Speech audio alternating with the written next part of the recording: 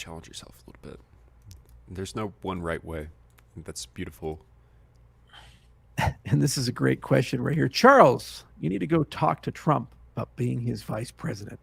Then 8 years of Hoskinson as the president of the United States. Love your intelligence, brother. You were in politics, and Senator Moran, and And Luger. yeah, Lugar too. And I've had a lot of people come to me and say you should run for office or be involved in politics. Um, the problem with politics right now is that the system is deeply sick. You don't get brownie points for being honest, having integrity, doing the right thing, being accountable to deadlines, actually making the nation more prosperous. You don't get brownie points for anything you'd hire a person for a job for. Could you imagine as a shareholder saying, we need to pick a new CEO for our company? And you say, oh, okay. Here's what we're going to do. We're going to take two radically incompetent, sociopathic, super toxic people, and we're going to hold an election where they spend $1 billion each to make each other look like Satan. And then the shareholders are going to go ahead and pick the lesser of the two toxic candidates to go lead the company. And then you say, okay, well, what are you going to do? Let's pick a company, Microsoft. What are you going to do for Microsoft? Oh, I'm going to make it great again. Okay, all right. But what specifically are you going to do for? Well, the other guy, he's a pedophile. And it's like what? Wait, this has nothing to do with Microsoft. This has nothing to do with our business. How do we beat Apple? How do we beat Google? What are we going to do with the AI stuff? What are we doing with the HoloLens? What are we doing with the Surface? What KPIs are we going to hold you accountable for? You're running your record. A normal CEO runs on his record. I did this much profit. I got these many customers. I did these things, right? No, political CEO running on his record. The guy running against me is a monster. Yeah, That's but right. what you do while you're leading Microsoft? Well, I doubled our corporate debt. We went to war with Samsung. We're stuck in these foreign entanglements. We lost half our good employees. We have existential failures in the system. It's like, fire this guy. And so you look at politics and you ask yourself, what objective criteria do you hold a president or an executive leader or bureaucracy to? Honestly, is the State of the Union, they come out and say, these are 15 benchmarks that we all agree are good benchmarks and we're going to measure. And are we number one? Like, for example, I'd love to see a State of the Union. The president goes out and says, here's our education system ranked according to some objective thing. And Singapore is up here at number one. And America is at 29. When I started office, now we're at 17. Do they do that? No. Why? Because when they measure it, they usually end up losing. And then they lie and just lie. Oh yeah, I reduced the debt. No, you didn't. You reduced the deficit, which you increased. So you triple the deficit, then you cut it in half, and then you get to say you cut the deficit in half, which you tripled. That's still 1.5 times higher than when you started, right? And this is just where we're at. And so any person who currently in this system desires to be the president, they're not humans. They're narcissistic people. And it's about the ego, it's about themselves, it's about their own desire for power over the desire for the good of the nation. A person's a real person when they say the system is sick and we need to change the system as a whole. So if this is a real person, they should be saying we need a constitutional convention. Why?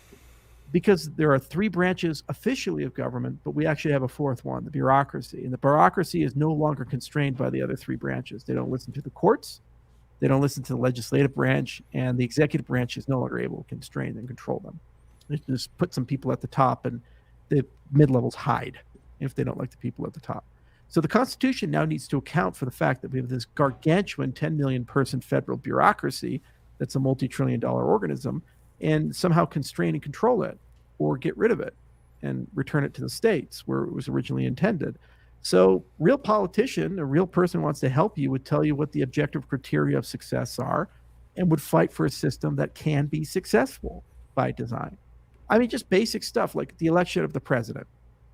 No one's happy about it.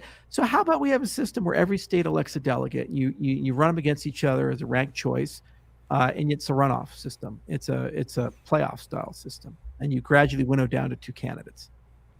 You can completely get rid of the electoral system with this. Why? Because every state gets representation. Plus, you now have a demarcation between personal funding and public funding. Hmm. You can spend unlimited money if you're running for your state delegate, but the minute you become a state delegate, all elections are federally funded.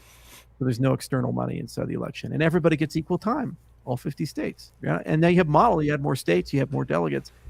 But now you actually have guaranteed every presidential election, at least 50 candidates that are credible and federally funded and are equally given time. Okay, that's beautiful. And that's just a basic idea, right? And then to elect those candidates, why don't you allow preference ordering? So instead of voting for Bob or Alice, you just rank them. And you say, I like Bob, then Alice, and Bill, then Jim. And then maybe you say, I like Alice and Bob and Bill. So there's no notion of throwing your vote away. You see, and so what does it mean? You get a lot more candidate diversity inside the system. So you don't have this two-party death monopoly. That alone would radically change the United States of America, radically change the United States of America. And then, you have to upgrade the Senate and the Congress. We need term limits inside the system. I'd say 2 terms in the Senate, 5 or 6 terms in the House of Representatives. And that alone means that you don't have barber boxers who actually have dementia. Their staff. Feinstein, who's resisting resigning. That's right. Yeah, who actually has dementia, and she's resisting resigning. And what's hilarious is that Schumer could himself replace Feinstein on the Judiciary Committee. He has experience in this. He can do this. It's a non-problem. They just don't want to give the seat up. They don't want to even throw it in play. It's crazy. But it's in California, for God's sakes. Yeah, it's like it's a mono party there. There's no political diversity. Another Democrat will come in. They just don't want to let an AOC in. Well, you lose seniority too in the Senate. Everything in the Senate is run with seniority, so it's like her whole political machine is resisting this too. It's crazy. You give up. Yeah, and so that's the craziest thing about it. So it's all theater. There's a term for it. It's called KFAB. And that's right. Wrestling. Professional wrestling. So one of the rules Vince McMahon had is even though everybody knows it's made up, you can't break character. That's right. You always have to pretend like it's real. So if you're Hulk Hogan, they're interviewing you today about the shit you did in the 1980s, you're going to be like, yeah, it was all real. I'm fucking Macho Man Randy Savage. I hate that guy. We'll take him down. Why? Because it's kayfabe. It's part of who they are. And politics is basically there. Yeah. We know they're lying. They know we know they're lying, but they have to lie because it's the theater. And there's no grounding of accountability. So that won't bail us out. Systemic level change. And in a way, a lot of the work we do with Cardano is actually helping because SIP 1694, we're writing a constitution, we're building a government, we're actually figuring out how to be accountable to progress and growth of something. This is the yeoman's work that actually will heal a nation or a company. So a few years of that and a few years of learning, I think we are ready to actually push the issue of a constitutional convention and have a real conversation and say, how do we restrain and control this Leviathan that has caused so much harm in our lives? 9 wars in the last 23 years, $15 trillion spent, 23 million people have been killed or injured throughout the world as a direct or indirect consequence of this. It's just unbelievable the scale of that. Did anybody go to jail? No. Anybody lose their job? No. About the only political candidate they've decided to put in jail is Donald Trump over hush money to a porn actress. And that, you could start wars, spend tens of trillions of dollars, kill millions of people. I just got to move on. We don't have time for that. No, it'll be harmful to the nation. We can't even talk about it. But we have to do that. Orange man bad. It's just theater. Why did they go after Trump? His number one sin wasn't the pathological lying, the incompetence, the corruption, the nepotism. Everybody does that. His number one sin is he didn't play kayfabe. He didn't do the play the game. He didn't play the game. He walked out and said wrestling is fake. And they said, whoa, hey, what's going on here? You can't say that. But it's true, though. It's the only difference between him and the other people, whether it be George Santos or Chuck Schumer or any of these other. By the way, no one's talking about Santos anymore. You notice that? Yeah, and he's still in Congress. Yeah. It's just slid to the side a little bit, right? But the number one thing is that he didn't play that game. Yeah. And that is a systemic danger to the entire game, because the minute that somebody stops playing, everybody starts looking like an idiot. Great example is what he was being interviewed by Tucker Carlson, and Tucker asked him, "Who do you think destroyed the pipeline over in Europe?" It's like, "Well, I don't want to get the United States into trouble, but we did it." George Bush couldn't do that. Bill Clinton couldn't do that, but Trump did. And that's the big difference between it. And actually, I love what Dave Chappelle said. He's like, he was the first guy to come outside of the house and tell us that they're doing exactly what they thought we thought they were doing. Then he went right back in the house and did it himself. Yeah. And that's the other side of the equation. You have to be intellectually honest about it. Just because he didn't play the game and that he didn't do the KFAB, he still did do all the corruption stuff, and he still did go down that road, and so he's no better than the rest. But at least he was an honest crook, And it's like that drug lord who's like, "Well, yeah, I'm a drug lord, but I live in Colombia. What are you gonna do?" I mean, he didn't even play the game with the media. I mean, he just, that same interview with Tucker, he's like, "You actually made my life very hard with Kim Jong-un. You remember that, right? That was very embarrassing for you. You remember?" It's like, oh my God. He's like, it's like the top rated news cast in the country right now, and he's just like, "You remember how bad you made that for me, right?" It's this is crazy guy. He's just too unpredictable. They're just like, they didn't like it. I mean, he has a ton of issues, but it's just like the not playing the game, not participating in the theater, he's like, "I don't want to do that. I'm not doing it. I'm going to do it my own way." It's going to be so much better. The crazy thing is that there's so much anger in the United States over the last few years. He has a legitimate chance to be the president again. Yeah. That's the craziest thing. And the media is never self-reflective. The institutions are never self-reflective. They don't take a step back and ask the very fundamental question, are we the baddies? Yeah. They don't. It's like Principal Skinner, and he's like, "No, it's the children who are wrong." Yeah. Am I out of touch? They don't take a self-reflective step back and say, "God, institutional trust is at such a low that an orange reality TV star who seems immune to any scandal is a better choice than anything that we do." So obviously, what we should do is just, because Buttigieg isn't doing good, let's roll out our good friend Gavin Newsom. He's we'll see if they like that guy. We'll roll out the next one. It was almost like the Truman Show, where they were picking his next love interest, right? And they were trying to push him in that particular direction. It's like the woman he loved. Oh, we got to get rid of her. Let's bring this woman in. And it's like he's going to have the divorce, and this is his next woman he's going to marry. It's just like this is nuts. That's a mess. Yeah. And I think you're right, though. It's a real concern. There's a real serious chance that he could become president again, given the contempt right now. People are livid. And you think to yourself, it's like, you think to yourself, like, okay, if he does become president again, it goes back to that CEO. Well, how does the ship actually do things? How do we pay down the national debt? How do we have a more peaceful world? How do we grow the economy? How do we make sure unemployment is low? How do we make sure that people can live a good life and actually get the government off their back? These basic things, and how do we hold them accountable? No one's honest. So the short answer to the question, after this long monologue, is no. I have no desire to get elected, and no desire to run. But I do have a strong desire to try to affect change at the constitutional level, and I think a constitutional committee is probably the way that we have to go down. But it's going to take some time to get there, and you have to learn how to walk before you can run. And we're humble enough to realize we don't have all the answers. I also think AI is going to help a lot. If you look at the evolution of GPT-4 can almost write a constitution. GPT-5 can. GPT-6 can write the best one humankind's ever seen in its existence. So using AI, I do believe that there's a very good chance that we can actually design collectively a system that is fair for everybody and is very inspired and wise and objective. And we shouldn't aspire to do a constitutional convention until we have that kind of capability. And I then do believe we can fix the nation and begin to heal.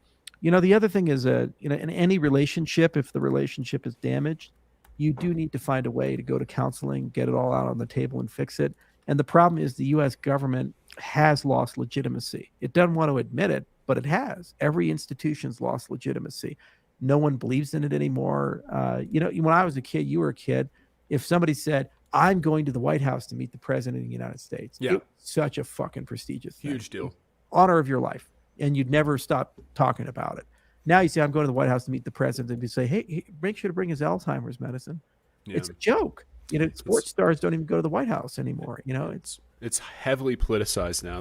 I think it's just a fundamental. We don't really have the respect for the office in the same way. I think respect for Congress, respect for legislators generally. It's just gotten so bad. I mean, it's like people think it's a horrible situation. I think we got to look at the fundamentals, and I mean, maybe there is something to the approach where you don't play the kayfabe, you don't do the theater, and you say, where are the results? Where are the actual metrics by which we're objectively judging how we're doing as a country?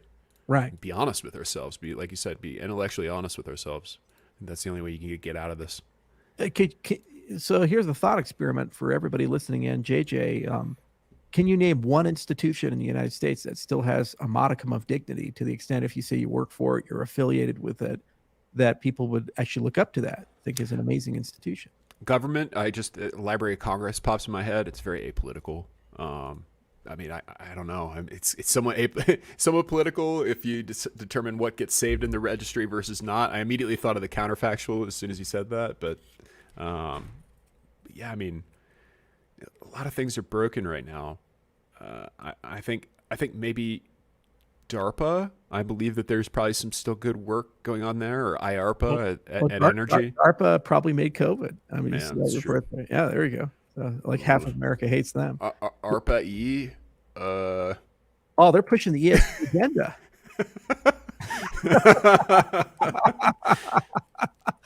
Francis Smithson, the NSA, of course, with the angel emoji, right? Yes, we love the NSA. Hi, hello, welcome. It's tough. Politics touches everything nowadays. Yeah, everything is so political, and everybody's so angry, that's the problem. It didn't used to be that way. Like 10 years ago, if you're sitting at a bar and somebody sitting next to you say, I am from the CDC. So, wow, that's really cool. Right. You're a brave guy. And now you're like, you're the guys injecting my child with poison. You gave me cancer. My dick is small now. It's like, whoa. Oh, God, no. About that last point, I'd like to test that. That had nothing to do with us. The other stuff, you may have an argument. Right, sir, I did not cause you to have a small penis. But that's the problem. And so, when you have that loss of legitimacy of institutions, you really do need to take a step back and say, how do I get the legitimacy back? And how you get that legitimacy back is through admitting that you made mistakes. And the problem is the current system that we have does not reward you for saying, I'm sorry, I got it wrong. It won't happen again. That's right. That system punishes you for that. So no one is ever accountable. No one ever made a mistake. You're the one wrong. Like, look at Ripple and the Securities Exchange Commission and go back to crypto. The most fucked up thing about this is, let's say, very likely outcome, Ripple wins against the SEC. The SEC will issue a statement saying, we disagree with the court and may or may not appeal. But after it's all said and done, and if Ripple wins the route, there is no ability for the Ripple company, the one that got sued, to recover the $100 million in legal fees that they spent. And the people who prosecuted that enforcement will get promoted at some point because of the federal bureaucracy system, and then go and get private sector jobs that are high paying after they retire from government. I cannot think of a system where you conduct an enforcement action, you harm somebody, they have to spend $100 million to clear their good name, you lose, you keep your job and get a promotion, and they can't recover the money that they spent defending themselves. And that's just, we just accept that. That's business as normal. That's how it works. That kind of a system has no legitimacy in my mind. Because you think about CBDCs, civil asset forfeiture and CBDCs. With a CBDC, and that will come if we do nothing. It's the default thing. Yeah. We'll say, hey, JJ, I didn't like what you tweeted the other day. You're a domestic terrorist. And they click a button, turn off your money. But if you'd like to appeal, go ahead and appeal. Well, okay, here's your appeals process. You have to hire a lawyer and sue the government. Okay, so what money? They've already debanked you. You have no money to pay the lawyer. So the lawyer has to take on a contingency. You spend 2-3 years fighting them. And then they say, okay, maybe we got it wrong. We're so sorry. And they turn your money back on. Civil forfeiture stuff is wild. I saw a stat. I'm pulling this out of thin air. I don't remember where I saw the graph, but it said that civil forfeiture amounts have exceeded burglary amounts in the past year. What are we doing? It's like in the billions of dollars taken now. I mean, I understand that some of this is like piles of cash in the seedy drug den, and we got that. All right. But it's like some of this stuff is like money taken out of your car during a traffic stop. How do we distinguish between the two? It's craziness. Yeah. And the problem is this is on steroids, and they say they'll never do that. You say, okay, they didn't do no-fly lists. There have been so many cases in the last 20 years in the Department of Homeland Security where they put people on no-fly lists by a mistake. Yeah. And those people can't fly, they can't travel, and they've had to sue, and the government refuses to even tell them why they're on the list. And then eventually they admit, okay, we made a mistake. No consequences. You see, and so that very same system is now going to be applied for every dollar in your pocket, and then you have to fight for years to get it turned back on, and all the money you spend fighting, you don't get back, and the time you spend fighting, you don't get back. Well, I'm trying to remember who said that, you can judge a society by how it treats these people, like the people with nothing, or the people with, I mean, it's a bit like the thought experiment that you talk about, where you say, okay, you don't get to pick anything about your life, and you're born in this country. What is your experience like? Just randomly on average, what is it like for the average person here? I mean, I think that there's such a disconnect between politicians. I mean, for instance, like Hillary having a bunch of CCA, the Correctional Facilities of America, whatever, private prisons, that kind of stuff. Has she ever seen one of these prisons? Does she know what she's actually a shareholder in? Does she know how people are actually treated? I mean, it's staggering to me to think that, the kind of, if people are wrongly accused, or if they've been wrongly incarcerated, I mean, you don't get that time back. Like you're saying, you simply will not get those resources back from certain branches of the government, and there's just no recourse. It's like, if I would not be a customer of the IRS if I could help it. Like, the customer service is horrible. How do we, it's part of the reason I was attracted to the crypto industry in the first place. It's just one way to say, I'm not gonna, I'll still hold on to some dollars, but you opt out in certain ways. You say, there's gotta be something better than this. What's so crazy about it, is going back to the IRS example that you just mentioned. I cannot think of something so unjust as saying you have to go and do business with an organization that has zero accountability, treats you like shit, like a criminal, and then at any given time can just ghost you and then charge you with a crime after they ghost you, and say that that's a just society and this is a good thing, and just we should all go down that road, but yet we just accept that business as usual. And then they say, well, I know what the solution is. Let's hire 86,000 more of them and give them more power, because then they'll be nicer to you. And then, the lack of awareness of how the rest of the world does things. So in Swiss, they have a cantonal tax system. So the individual cantons collect the tax. It's so easy to deal with them. You just talk to them, you go in, like an hour. Okay, we figured it out. They stamp something. That's the law of the land. So why can't we have the states collect the taxes instead of the federal government collecting the taxes from a central? Because then if you have a fucked up tax agency like California, move to Arizona. It's easy to work with. That's or, Florida or something. Vote with your feet. At least you have optionality and more responsiveness there. But here, no. It's just one bureaucracy.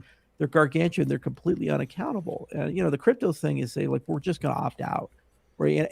And then they don't even want us to opt out. You have Elizabeth Warren campaigning and fundraising on, I'm building an anti-crypto army to protect you, because cryptocurrencies are racist and they hurt poor people.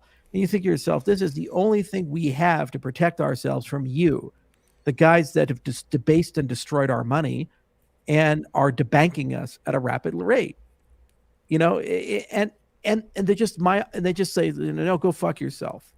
So it's It is frustrating at a time, and you're absolutely right about the justice of society. It's a society is not just based upon the exceptions to the rule. The society is just based upon how it treats its weakest people, the innocent, the invalids, the people who can't protect themselves, the people who are lower on the economic chain.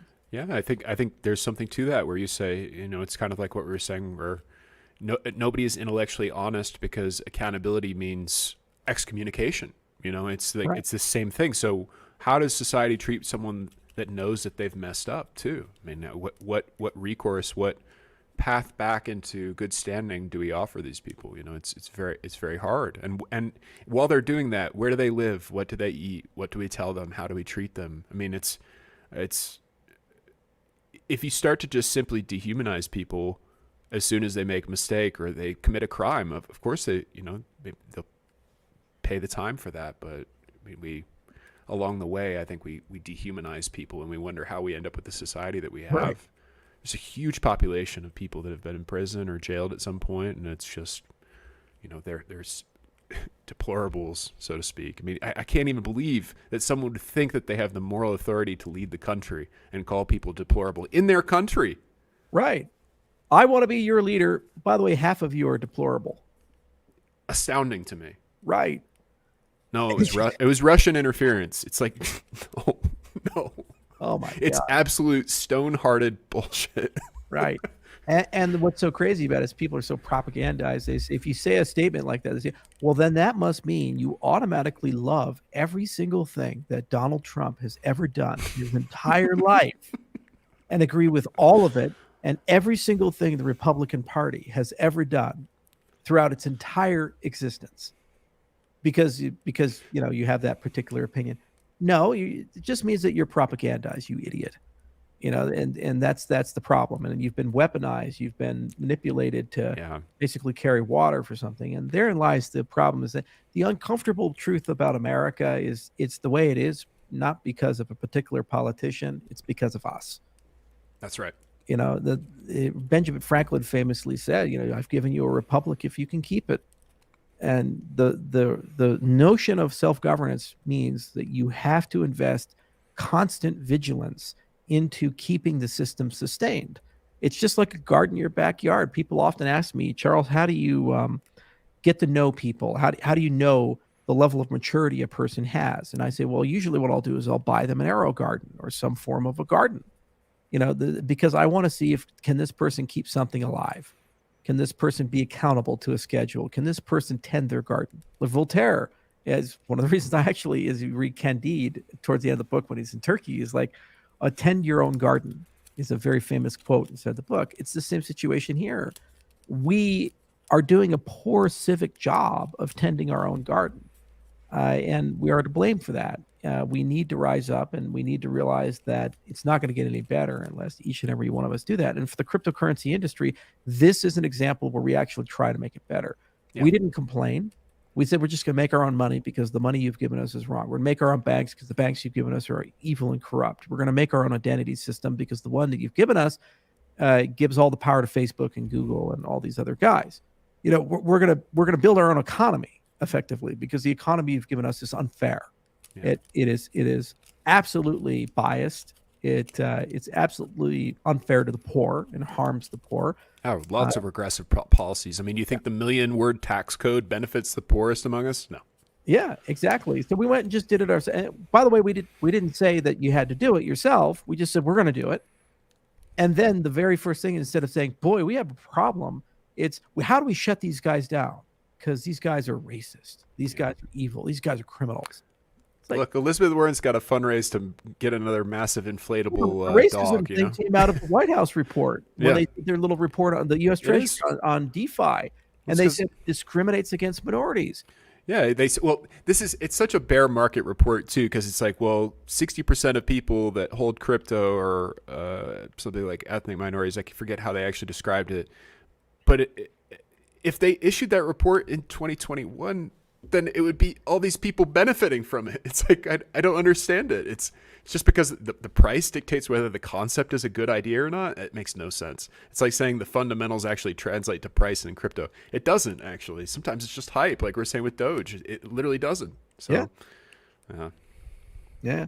Well, anyway, I'm still optimistic. I still, I still believe we're a shining city on a hill. I was born right when Reagan left office, and the one damn thing that he did for us better than anything else was be inspiring, and I guess that's the other side of it. People often ask the key to success is don't be cynical. And the first thing that people want to control you do is they convince you you're shit. They convince you to be cynical. They convince demoralize. you to get better. They take your morality away. They take your morals away. They just eat you from the inside out, make you a hollow person. You have to be strong. You have to be self-strong, and we will be, and we'll continue building crypto as a movement. And who cares where it goes? At least we get to say we tried, and we were doing things differently. It's like the same with my clinic.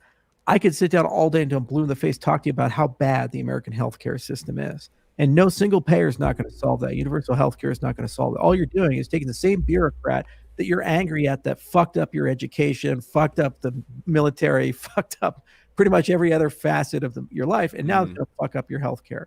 Okay, it's not going to solve anything. You have to build a different system, and that's what we're trying to do at the Health and Wellness Center in Gillette. And we're doing it in a location that has one of the highest rates of suicide in the nation. We're doing a location that needs 3 doctors for every 1 doctor it has. We're doing a location where public health is terrible, because if that's where it's needed, right there. It's not LA, it's not Denver, it's not Chicago, it's not a giant market, lots of money to make, bunch of millionaires pay a bunch of money to inject them with stem cells. It's a place where a person has to drive 3 hours in many cases to go see a decent doctor. So I have the means to try to reform that place and make it better. And if we can succeed there, we can succeed anywhere. It's like that song, New York. If you can make it here, you can make it anywhere. And if we can do it there, we can build 200 clinics across the United States and every small town in America, and give them the best healthcare in the world at an affordable cost. So that's how you got to do it. You got to make it better. You got to fight every day and create a better system. Now, you're doing it right when people fight you. It's like Tom Woods used to say, it's Woods' law. Paraphrasing it, every time you see something that hurts the poor, there's usually somebody advocating for it on behalf of the poor. And so all these things that we're doing that are trying to help some of the people in the world who can't get ahead, you now have people claiming that the things we're doing are actually hurting the poorest people. Meanwhile, those very same people advocating that are the people who just got done with the largest wealth transfer from the poor to the rich in American history in the last 3 years, with no accountability. It's extraordinary to me. It's absolutely extraordinary to me. And, if we had an independent media, maybe keep them accountable to it. Why? Because it's owned by the same people who made money. Yeah. It's there's a lot of vicious cycles here, as you said before, the fat bastard. I'm unhappy because I eat. Because I'm unhappy. Happy. That's right. That's the country in a lot of ways right now. That's tough. Yeah, exactly. But I think you're right to stay optimistic, though. There's a lot of good advancements here that I think are going to really bring a lot of quality of life to a lot of people in the near future, too. And hopefully more truth and more traction with objectivity. Dude, you're such a whiny person. Such a woe is me type attitude. Unbelievable. I saw that. That's exactly why I said the previous sentence. Oh, that's great. It's good to be able to shoot the shit while we still have the forum, the ability to do it. It's an honor, I've watched lots of these. I stayed up with this from 2018, 2019 onwards, and I know you've been building a lot longer than that, but it's a pleasure to be able to talk to the community a little bit too with you. And I really believe in a lot of this stuff, and I appreciate your leadership on it. So. Yeah, and I love the fact that everybody's here and they still show up and they still listen. It's a lot of fun. You have good days and bad days, but it's just good to always have people around and have such a great audience. What makes Cardano so special, and the ecosystem so special, is just such. I mean, how many letters do we get and things like every week? It's just crazy. We have a whole wall of all the stuff that people send, and that really is the thing that keeps people going and keeps people inspired and fired up. They just, we just want a better world. That's it. We just want to be treated like human beings with dignity, integrity, and fairness. And it's so messed up that we live in a world where that's a luxury, not a right. And so, we'll keep cracking away at it. We've been going for about 2.5 hours plus. So I think it's about time to clip it here. I think there's going to be some fun things that they chop up this AMA for. And JJ, it's been a lot of fun having you on, man. Thank you very much for having me. I'll let you sign off. Have a great night, everybody.